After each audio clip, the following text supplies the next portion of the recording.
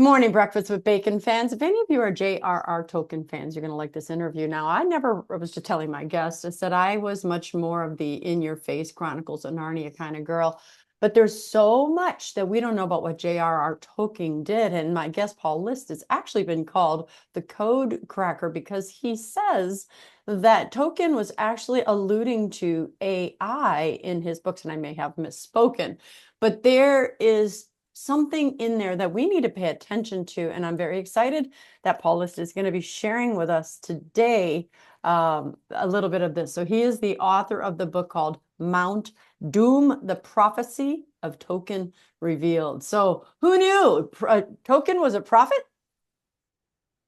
Oh, hi, Christine. Thanks for having me. Yeah, he definitely was. And there's an aspect of prophecy I think that people often misunderstand. You don't always have to have the word of God coming down out of a shining cloud, telling you what's going to happen in the future. Part of prophecy, good prophecy, I believe, is also the ability to pay attention and make connections and see important ideas and how they're going to plan out and interconnect with each other. And although I have no doubt that J.R.R. Tolkien heard the voice of God when he said, particularly, that he felt like most of the time while he was writing The Lord of the Rings, he felt like it was given to him from above and he just wrote it down. But he was very, very aware of the things and the heavy consequences of many of the ideas of his day and how they were going to, the confluence of the machine age, the Industrial Revolution, the age of the machine, the information age, and with a heavy dose of Darwinism and Marxism was all going to come to a point and a real deadly apex that's going to stick a lance right in the heart of the Western civilization. And we're going to have to really do everything we can to be aware of it and fight our way out of it with our faith. Yeah, I was really intrigued because when this book came to me and I read it, I don't always get interested in a lot of the books that come to me, but this one was just for that reason, because I find that a lot of the people who feel as if, God was directing them to write really do. God does reveal things that perhaps he didn't even realize. If he had woken up today and said, "Oh yeah, I was talking about that in my book," I think even he may come and go, "Ah, Yeah. that's what it meant." So kind Yeah. of take us there. So it's really, we're starting about the messages of AI that are in the Lord of the Rings Mhm. series. Just takes us from the beginning. What made you go into Tolkien and when did you first see this? Well, when I first saw it was after while I was reading the first time, reading through Leo the 13th, Leo the 13th's great encyclical Aeterni Patris, where Pope Leo the 13th was calling the Western world out of the suicidal ideas and notions that came out of the Enlightenment that were leading to the suicide of the West, and he was trying to call Western world back to Thomas Aquinas. And as I read it, Tolkien just the whole mythology, the Tolkien mythology, just really started to vibrate, almost like a lining of frequencies. And I realized that the mythology, J.R.R. Tolkien's mythology, is really in large part a response to this encyclical. And so I had given myself a pretty steep and well-developed scholastic education because I've always been a great hater of compulsory modern public education, which has nothing to do with education. It's indoctrination. And it has been for a long time. I opted out of Yes. that whole thing probably in the second grade when I realized that my teachers weren't able to help me understand so I could create. It's not what it was about. It was about just training, get a job, and move on in the earthly city to Yeah. refer to. So wait, real quick off the Yeah, subject. Really, second grade, your mind was yeah. already Well, I take me understood there that for a I minute. I'll didn't. get you back on a Yeah, token because that yeah. is No, something that's where I okay. feel like the gift from About the God to second go. grade. Yeah, about the second grade, I really realized that the questions that I was asking my teachers, they weren't answering in a way that helped me understand. All right, critical They were thinking. just giving me information, and they weren't able or willing or able, either way. They weren't, except for maybe perhaps in the mathematics, that kind of very strict, disciplined, Yeah. very black and white. It's either right or it's wrong. But everything else really was really ambiguous and just about the information, and it was about just the transfer of information. It was more along the line of training rather than actually teaching and learning. Um, So I opted out very early, and by the grace of God, God gave me two very rare blood diseases. So although I was very hyperactive and very energetic, and the teachers wanted to put me on Ritalin in the worst possible ways, my doctor said, nope, teachers can have Ritalin. Paul's parents can have Ritalin, but Paul can't have any medication. So I was really kind of the one that flew over the cuckoo's nest and got away. So Once were I you got out, considered a good student or a bad student? Did you turn in I your was homework? considered, my sister was valedictorian of high school. I think she was valedictorian of Ithaca College. She got like a 1600 perfect score on the SATs. My older brother was a certified genius. And then I come along, and I just had no use for school other than athletics. I did very well athletics, and the girls, the social, there were girls there, so I was Yeah. interested in But I school. would argue that your mind is just like your siblings, except for the fact that this critical thinking thing, and I think this is the reason I let you go down that rabbit trail, or Yeah, I asked you to, yeah, was precisely because I think that's what led you to this, is your mind was not going to just focus on the actual, what is no. placed in front of you. It had to dig deeper and say, what are these codes? What are the messages? Where are we getting from? I would have never noticed in second grade that they weren't doing critical thinking. It took me till PhD to get that. Well, I couldn't necessarily put it into the words at, Of course not, seven, but you 7 or 8 years noticed old, it. but I realized that every question that I asked, and now that I look back at it, they were focused on the attributes rather than the essence. And I've always been a thinker that works with essences. And I think that our civilization has lost, Western civilization has lost a lot of its creative capacity and a lot of many other things too, including our faith, because we don't deal and we don't think in essences anymore. We're too distracted by the attributes that are contingent upon the essences. And that really comes out of the new scientific method that was really instituted right after the Reformation by Francis Bacon. And he is the father of the new modern scientific method. And he got rid of the scholastics. He said they never gave us anything useful, never made us rich, never gave us eternal life. We don't need that anymore. They use big words that sound good at cocktail parties, but they've never given us anything we need. So he went on with just mathematics and physics, and we turned everything into, I call it attributism. It's just about the attributes, what we can see and sense.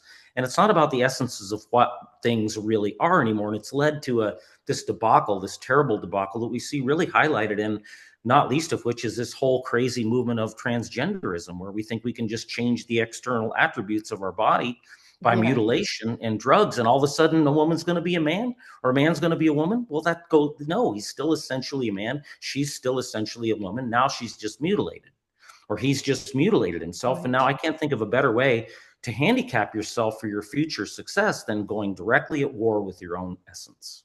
And that's what we've been Yeah. trained. Many kids have been trained to do. And Absolutely. and then now it's coming into this full scale. The after that is transhumanism, where we have this crazy notion that we'll be able to actually join with the machine and seek eternal life in the alternative virtual reality rather than eternal life with Christ. And it's a direct competition with God's creation and a direct competition with God himself.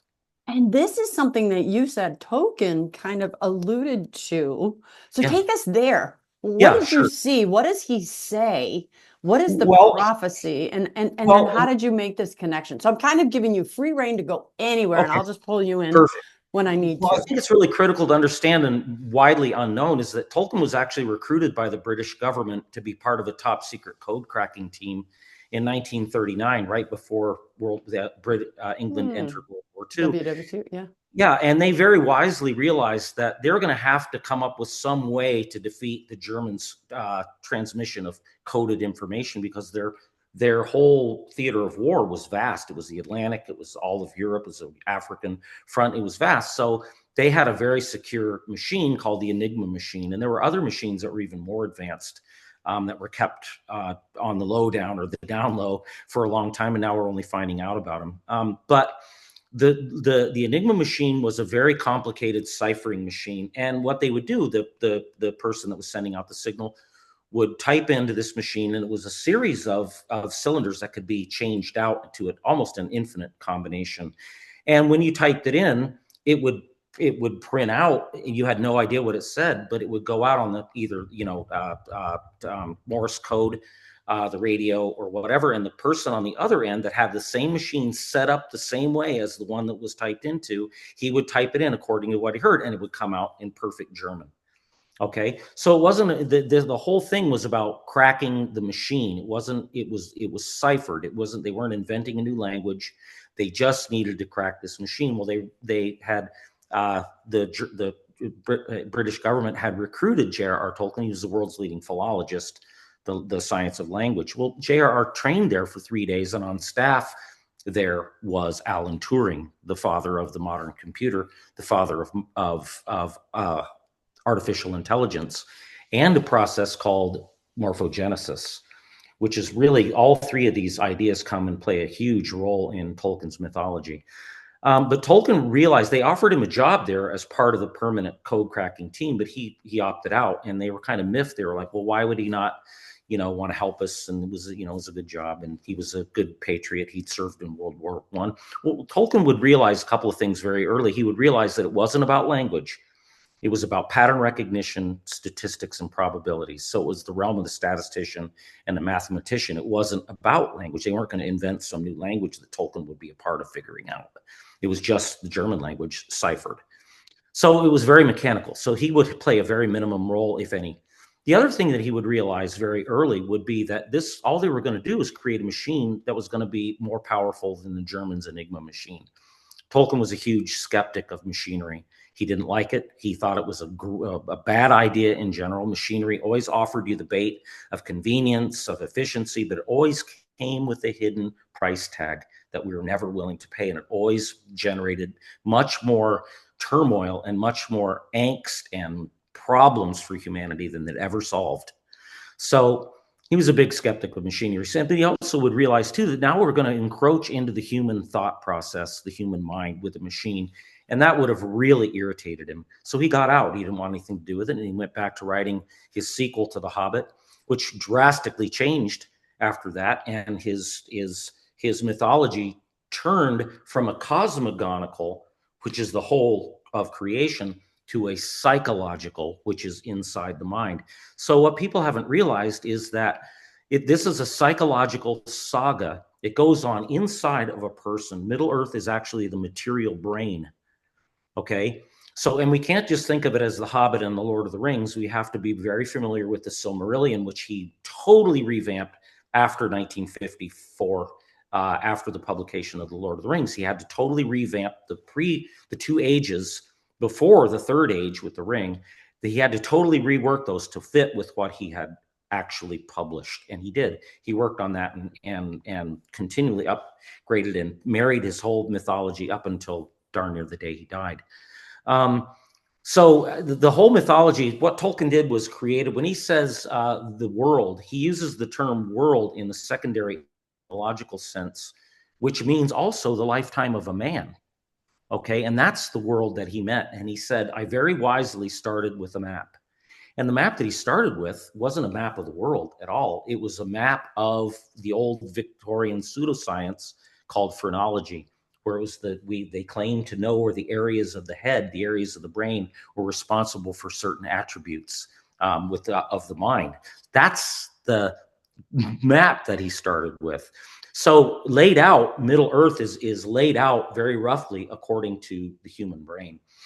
So what he does is he gives character to all of the attributes of the rational soul, including the 14 attributes of the rational soul according to the scholastics. He calls them the powers, and they are the powers of the rational soul. Tolkien calls them the Valar, and they are in Valinor, which is the undying land across the sea. And the undying land is our immaterial intellect. The mortal part is our brain that dies. It's an organ that dies. I'll just get this out of the way. The whole mythology is about two characters. Those two characters are the big enigma and the biggest mystery in the Tolkien mythology since it was published. And that's the identity of Tom Bombadil and his wife Goldberry. Nobody's ever known and figured out who they are. Peter Jackson left them out of the movies because he didn't know who they were either. Well, who they are the transmigrated fallen spirits of the trees of light from the first age, Telperion and Lorelin, the silver tree and the gold tree. They are fallen. They're in a state of mortal sin. and they were killed by mortal sin, and they had to go to the mortal realm of the mind with new bodies, and the new bodies were made by the power of growth, Aule. New bodies are Tom Bombadil and Goldberry. And what they represent in the mythology is the rational will, which is Tom Bombadil. That's why he can do anything he wants. The ring has no power over him. He can do anything he wants. He's the rational free will. And his wife, Goldberry, who is the rational intellect, which includes the conscience. And it's about their destiny. It's all about their destiny. And at the time, what Tolkien does is create When you're this saying world. these guys were in the book, but they're not in the Yes, movie they're not in because the they movies didn't know how. Okay. because nobody's ever figured out who they are, and nobody has known who they are. And I And prove how have you figured that out? by God's grace and by a lot of study. I gave myself a scholastic education, and it's taken some 30 years, and I'm continuing to do that. So Yeah. most people that look at the Tolkien mythology, they have a very Cartesian Enlightenment type of an education that's very, very truncated, and because it just deals with attributes, it doesn't deal with essences. So I didn't want that. So about mid 90s, probably 1995, God gave me an outer body transcendental vision, hovered me way up in the sky and showed me things, and then put a fear in me that I realized that nobody. I don't care if it's the teacher, the doctor, the banker, the cop, anybody, the priest, nobody was paying attention to essences. They were just all going through the motions, dealing with the attributes and not really understanding what was going on in the big picture. And because it's hard to do, really so if is. you said, what is the essence of Christine? Yeah, well, you're a rational. Well, we could start with the Aristotelian definition of man, which is rational animal. We can start there. Okay, you have an animal body and you have a rational mind. Okay, so when we say rational animal, there's only one rational animal, and that's a human being. No other animal is rational. Right. Okay, and we say animal to make sure that we're distinctly differentiating between angel, because the angels are rational too, but they don't have an animal body. So they're not rational animals. They're rational intellect. They're pure intellect, spirit only, as Aquinas calls them, the intelligences. So Tolkien very cleverly calls the powers, the Ainur, the angelic spirits at the beginning of the mythology. He calls them the I-knewers. They calls them the I-knewer. The I knew. I knew. These are the intellects. I knew. He's very clever, and the whole mythology, once you understand it, just turns into a magnificent jigsaw puzzle, like a gigantic, brilliant crossword puzzle with the way he uses words. Yeah. But for the sake of, because I want to make sure I'm staying on track here and staying on time, because you are going into good places, but I don't want to go too far out of place into him, like warnings of the AI. Can we kind of fast forward to that in a way that's at the time? So what Tolkien's created is a human being. He doesn't, in his creation story, he doesn't create another world parallel or to compete with Genesis. He uses kind of that format, but he makes a partner story to it. It's about the creation of a single human being. Okay, and this human being he names Arda, and within Arda is Middle Earth, and across and outside of Middle Earth, across the sea, is the immaterial intellect. And it's the full integration of the human being, as Aquinas says, is substantial unity. What happens is, along the way, is we fall into the dualism of Descartes. And all of a sudden now the body and the soul are separated and they have very little connection at all. And that's led to many of our errors in our modern day, including talk about the transgenderism you were talking about. That's what I was just going to say, including transgenderism, and now coming into the follies of transhumanism. So what Tolkien does is he creates this Arda, complete with immaterial intellect and the middle and the material realm, and he gives the characters of the rational soul and all the things that are in contest with it, he gives them characters so they can play out their part.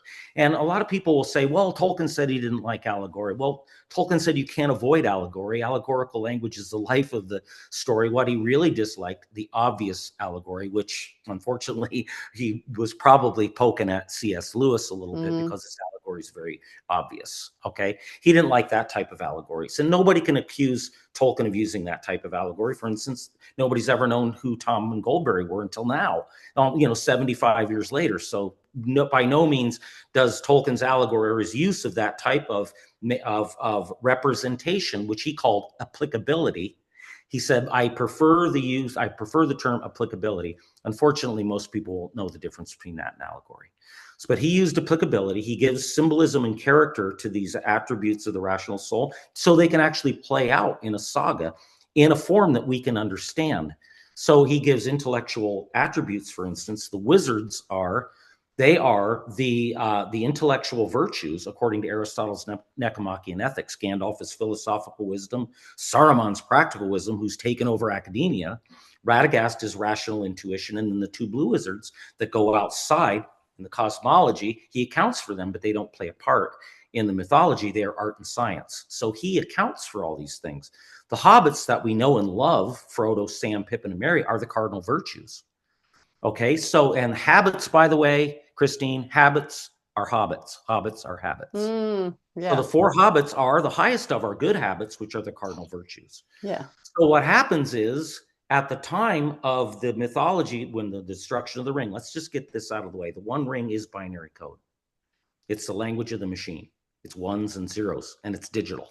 Okay, the ring, the shape of the ring is a zero, the One Right. Ring, and it's digital. So it's all about the destruction of the language of the machine, because all of these things that we find of these digital new, we think they're new ideas like the virtual realm, self-driving cars, the surveillance state, all of the digital money.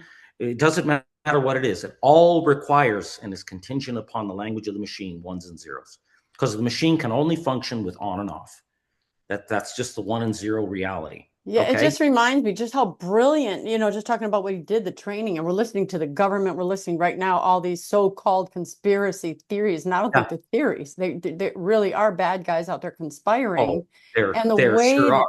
that, yeah, and I get Yeah. annoyed when people say conspiracy theorists. It's like, well, that was coined by the government after they killed JFK. Yeah. Yeah. And because name calling is always one of those ways that throws people off the track because It's they go from the gaslighting. offense to the defense. Yeah. That's right. Exactly.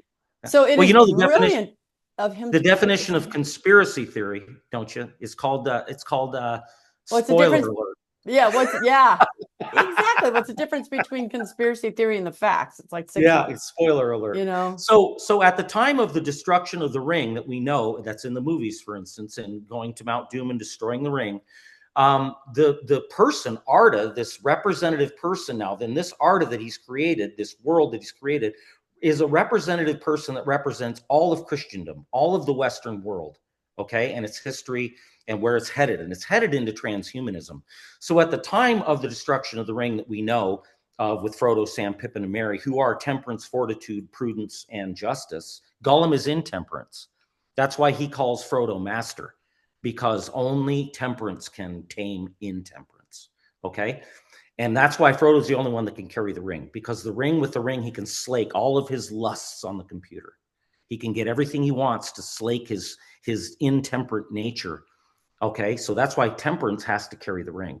But at the time of that, we know with the four hobbits and the story that we know, the Fellowship, Arda, this person that this representative human being that Tolkien has created, has become transhuman. It's got the microchip. So in the cerebellum, according to the phrenology in the map, is Mordor. That's the realm of all hate and crime and fear and all this stuff. And in the cerebellum in Mordor is the Tower of Barad-dûr, and that's where Sauron dwells. And the The Tower of Tower Barad-dûr of is what? Barad-dûr. It's the Tower of Barad-dûr. In the Okay. movies, it's what comes crashing down with the eye on top. Okay. Okay, when they destroy the ring, that is the microchip. Sauron himself has become artificial intelligence. And the One Ring is looking for the one eye. The eye of Sauron is looking for the One Ring. And that's right out of Alan Turing's 1936 paper where he invents the computer. And he invents it on paper. And that is the scanner eye, the electric scanner eye, looking for the ones and zeros on the tape under the eye of the computer. So Tolkien's brilliant, and he uses these papers, particularly the 1936 on computable numbers. He uses computing machinery and intelligence from 1951, and from 1952, chemical basis of morphogenesis. And he uses these ideas of very powerful ideas of Alan Turing, and he uses them throughout his mythology. And he warns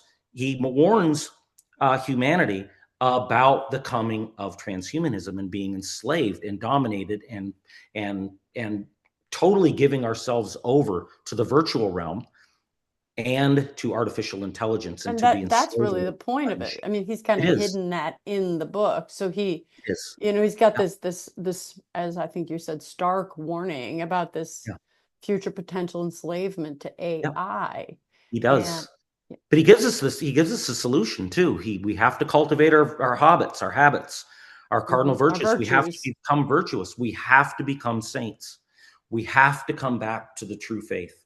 We have to come back to the true, everlasting mass of the ages, the TLM. We have to do away with this scandalous Vatican II. We have to do away with the Novus Ordo. I'm sorry if people don't understand, but this is Tolkien's message. We have to return to the true Catholic faith, the ageless, timeless, true Catholic faith, and not be fooled by the modernists who, unfortunately, in large part, have taken over the Curia, have taken over the church. And he And just to shows be that in clear, Gondor. well, Yeah, I want to make sure to be clear because I know there's a lot of yeah, my viewers. I go to the Latin Mass on weekdays and I go to the Novus Order on weekends. We are yeah, not saying that it's yeah. not valid. It's I'm not absolutely saying it's not valid. valid. Well, I want to make sure we clarify, Yeah, yeah, because I don't, because it is, but there is something very reverent and a lot of things that have been taken out of the Novus Ordo Mass that was in, for instance, exorcisms were in the traditional Latin Mass. And so what I hear you saying is that's the way we are going to rescue ourselves from this artificial intelligence, is if we really delve deeply into the the the richest of the things that the Catholic Church has to offer, yeah, which is the Mass of the ages, of course, the one yeah, that contains and maintains all those powerful, um, I don't want to call them instruments, but those like the exorcisms, like yeah.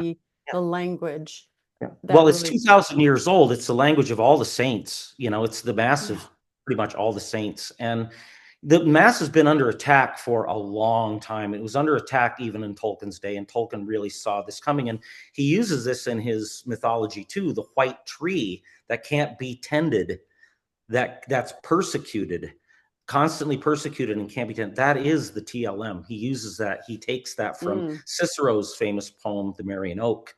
And then he also takes that image of the Catholic Church as the tree right out of like the third paragraph of Pope Pius X's wonderful, most important encyclical, Prescendi Dominici Egregius, which he talks about the modernists and what we have to do to fight back. And the whole Tolkien's whole mythology is about the reunification of faith and reason. And it really is. That's why it's really a response to Leo the 13th's Aeterni Patris. It was because that's what it was. His whole, the whole, the whole push was the whole point and substance of that encyclical was the return of faith and reason together. So Aragorn is the last of the high kings. He is eternal. He's high reason that contemplates the eternal. Okay, this is all Aristotle and Aquinas. Arwen, Elrond's daughter, is the last of the daughters of faith. So when they come back together and they rewed, these are the descendants of Beren and Luthien from the first age. They come back together, and what is found, they don't do this in the movie, unfortunately. They just show the tree blossoming, which is fine. But what they do is Aragorn and Gandalf up behind the citadel in Gondor after he's been crowned king in the wedding.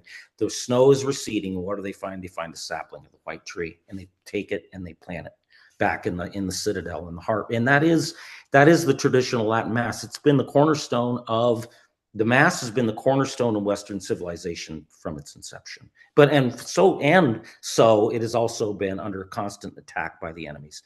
Now a it lot of those has. enemies hold high places of power in the church, and they're doing everything they can to rub it out. That's my biggest problem with the Novus Ordo, is not necessarily that it's not as reverent. It's not about reverence for me. What it's about is it should put ourselves in a position to be transcendent, and we transcend and we try to move ourselves out of this material realm, because let's face it, this material realm is the realm of the machine. And if we can't move out of this realm with our minds, our hearts, and our souls, we're going to be devoured by the machine. So the real with the one of the many valuable things about the TLM, it inspires and puts us in a state where we can transcend spiritually and intellectually with our imagination and all the gifts that God gives us with our intellect. We can rise ourselves above this material realm.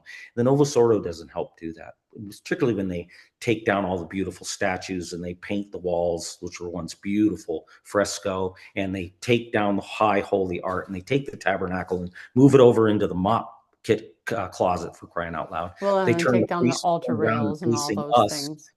Yeah. and so that's my problem with the Novus Ordo. It doesn't Right. allow us, it doesn't encourage us to transcend this realm. So Tolkien knew that. Tolkien was very much aware of these things, these attacks on the true Catholic faith, the oncoming of the machine, all these things he was very aware of. And he gives us a beautiful mythology that's incredibly entertaining. It's incredibly beautiful.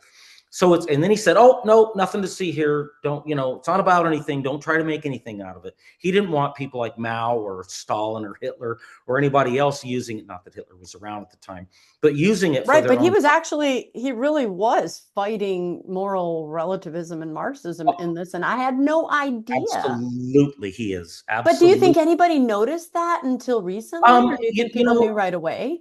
well, I don't know. The thing of it is most people who have looked at the Tolkien mythology and, quote unquote, the Tolkien scholars, they're not well educated in scholasticism. They've really been tainted by the last 500 years of the Enlightenment. Yeah. And academia has been largely really, really handicapped and tainted by the Enlightenment. So I hate to say this, but a lot of these, great educations that these people think they have in philosophy and even in theology and whatnot has been heavily, heavily, unless it's a really good school, really true Catholic school, which there aren't many of them these days. They've been heavily, heavily tainted by modernism, by the whole scam of modernism, and which is Yeah. fundamentally Freemasonry coming It's right up. evil. Yeah. Yeah, But it is. if I take you back to like Mount Doom itself, Yeah. so in that book, again, it's called Mount Doom, the Prophecy of Tolkien Revealed, you're kind of explaining what you're doing on the air here now, right? You're kind of Yeah. taking us through Oh, the much in imagery much within more. the book. Much more depth in the book. Yeah. Yeah. And I show who all the characters are. We've gone through the hobbits and the men are reason, all the levels of reason, right down to vital instinct, which are the wild men, which they didn't have in the movie. Right. Um, Which you the don't have to ents. tell me of them because I realize having Okay. not read the books, Okay. they're getting lost on me. Yeah. But so for someone who has read the book, first of all, Yeah. this will make a lot more sense. But now, do people have to read The Lord of the Rings first and then read Mount Doom so that they'll understand? Or do you think they should be read simultaneous? How should people put this together? Because we really do It's, want to understand. He yeah. obviously had a brilliant brain that he could, predict that we were going to try to use AI, 100 years ago. Well, this is the thing. Some of these ideas are very ancient, like the virtual realm, like virtual reality. We're only able to produce it now because we have the material and the electrical, all the technology to actually make it happen. But the idea of the virtual realm is thousands of years old. In philosophy, it was called the question of continuity. The original natural philosophers looked around and said, "Is this motion and all this, is this one? Is it infinitely divisible? We can never find a disconnect in it anywhere. Or is it a series of indivisible points? Is it digital?" And the whole point was our senses can't tell the difference. But now we're at a point in technology where we can actually make this alternative realm that's a direct competition to God's natural creation. It's Yeah. dangerous. It's Very dangerous and it's scary. It's scary because we can't always identify it until we're sucked in, and that's really how people are going to end up taking the mark of the beast. I remember when I was younger thinking, yeah. how are people going to? Why are people going to say, "Oh, idolize me and take this chip," and then or not? And I was like, "Well, what people are going to do that?" Well, it's not going to be that obvious. It's going to be so subtle, so that now all of this is starting to make sense to Yeah. those of us that are much more sensors as opposed to intuitives, if I can use Yeah. that. You're more of an intuitive. I could never do that. I was always much more what was in front of my face. And so Yeah. now I see the subtlety of how Satan is going to introduce it, such that there are people today who supposedly have high intellects who do believe a man can become a woman or a woman become a man. I'm like, that is the lowest form of intellect to think It that's really is. possible. Yeah, And yet they've twisted the language, they've twisted the mind, they've twisted the conscience. yeah. And so They, this is they, how I it's hate to say happening. this, but that's largely due to our current education system, which Yeah, is like we were talking before we recorded, is largely become just indoctrination. It's not true education. yeah. I got to tell you, I've never met a school teacher that, or even a college professor who etymologically could define what the term education means. No, but none of them know. And it's funny because they're in that. You think of all people that would know what the word education means, it would be an Would be the educator. teachers. Yeah. It means Yeah. to I lead mean, out with authority. And it used to be the authority of the church. And it used to point our intellect and our hearts and our minds to our final end, which is God, with the beatific vision in the city of God. But it doesn't anymore. The city of men have taken over, and they've commandeered academia, and they point the minds directly to the earth. And they want their cake, and they want their pleasures, and they want their riches right here on earth. They want heaven on earth. So we've lost that language of wisdom, that real language of wisdom that was really the church's stock and trade for centuries on end. And we've really lost that because we're not focused on that final end with our creator anymore. We're just focused right. on worldly gain. Well, and again, and that goes back to from the intellect, from the intuition, I should say, because the intuition sees what does not physically exist in front of us, which is Mhm. God, right? Yeah, And so Satan has taken us and focused, as you said, on those things we can see, feel, touch, and hear with our eyes. Which absolutely. again, I was always one of those. Look, that this is a pen. Don't tell me it's nothing else. I'm holding it. I'm seeing it. It exists. Sure, yeah, yeah. But What we've got to keep a grip on that. I mean, we can't claim that we pen's a bite wrapper. do. But you see the an analogy of the intuition. If we pull someone away from the intuition, we can pull them away from God because we can make them think, well, that doesn't exist because you can't see it, feel it, touch it, smell it, or breathe it. You should keep That was yourself fixated on those things that you can experience with the five senses. exactly. And so that's been the war on God right there. So again, Tolkien appealing to the intellect and that which you cannot physically see with the eye, Yeah, really does point back towards God.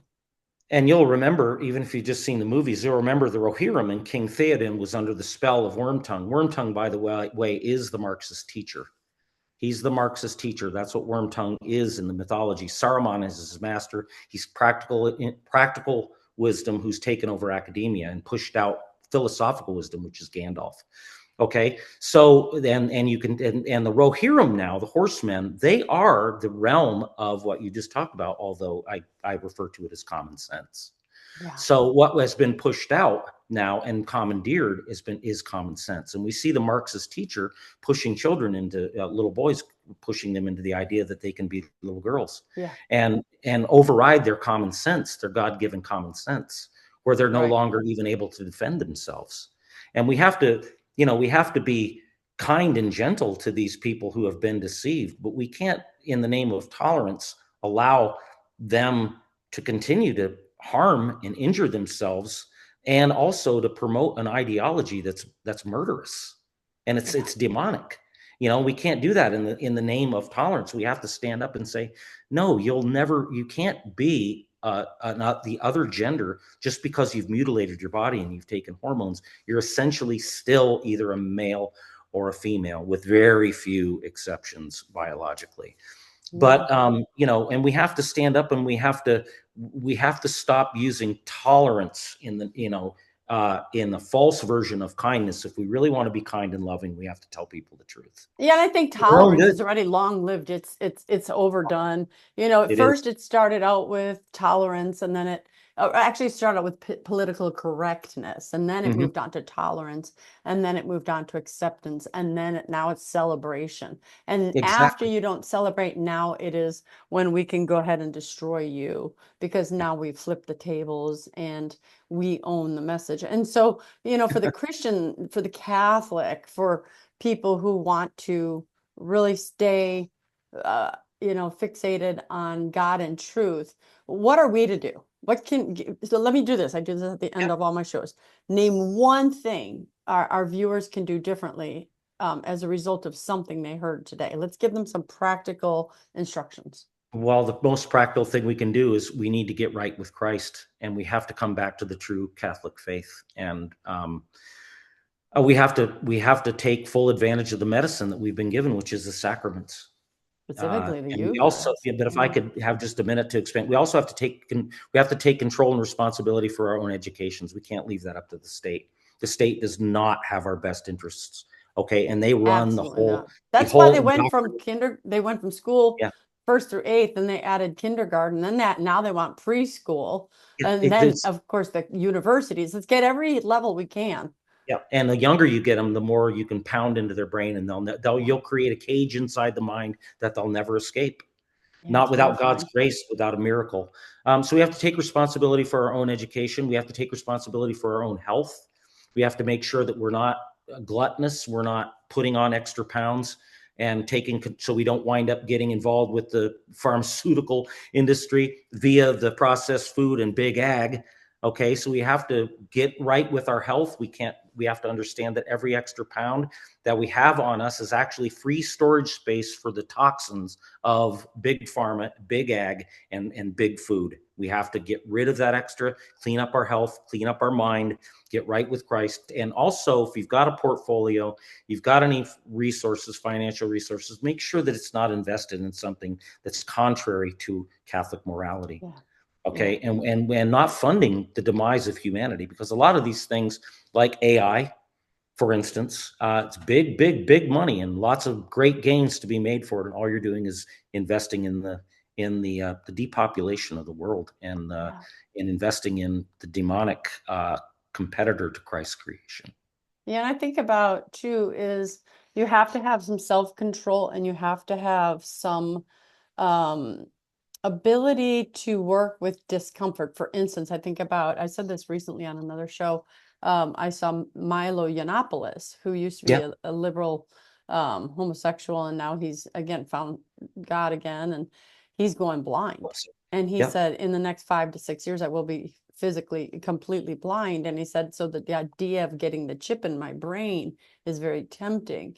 He said, Hmm. but I know that if I surrender that, then I surrendered my brain. So that is an idea that everyone's trying to eliminate suffering, but the Lord says, no, if you choose suffering over this artificial means, you're actually staying more in line with me. And that's what people have to be willing to do. But Satan wants to blind us with comfort and take all kinds of suffering away from us. And that's not how we're going to be purified, get to God, and learn truth.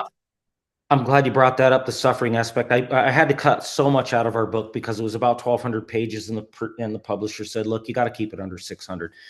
So we did. We cut a lot out, but very important in Tolkien's mythology. And I might write a sequel to this so I can put in some of this other very important stuff. Very important to Tolkien's mythology was the writings of and the life of Blessed Anne Catherine Emmerich, the German Yeah, early mystic. 19th century mystic. Very, very important. And she suffered, and she knew how to suffer, and she did it willingly, joining her suffering with the suffering of Christ. She had the full Monty of the stigmata. She had the hands, feet, pierced side, crown of thorns, and she had two crosses over her heart for the piercing of Christ's heart and the His Blessed mother. Virgin Mary. So enough of this. Mary isn't the co-redemptress. She is the co-redemptress. I just figured I'd put that plug in there Yeah, just because plug that in Tolkien was there. very devoted to the Virgin Mary. So So am I. people need to get this book if they want to understand. You are the code cracker. Paul List. He really looked into it, and the Holy Spirit revealed to you really what was Tolkien trying to say, and his history Yeah, makes perfect sense since he yeah, was trained in this thing. yeah, So you can get this book at readmountdoom.com. I will have that in the show notes. I want you to also mention real quick before we have to end. You are the executive producer of The Great Indoctrination. What is yeah. that? It's a project that I funded and executive produced, with narrator and young filmmaker, Miles Vasilius, who was John Henry Weston's videographer and whatnot for a year or so. And we made this with my co-author's help, Aliga Fari. We made The Great Indoctrination, which is now it's a revelation about the whole condition of modern education and the remedy for that, which is to come back to true Catholic scholastic education, real Catholic education. And it's available on Pelican Plus on YouTube, which is a new, very traditional, devout Catholic website. Channel. And we will podcast. have a link to that in the website as well, because I think people, um, I think a lot of people would be interested in that, because so many of us are waking up to the great indoctrination in our Yeah, schools, in some of the churches, in our workplaces, everywhere. I mean, I am so thrilled. Some people didn't understand it, but I'm so thrilled that President Trump is trying to shut down the Department of Education. And me my too. own mother was like, Amen. well, why is that? And I'm like, because let's turn it back to the states. Absolutely. Then they can't make us learn the garbage that they want us to learn as little robots Exactly.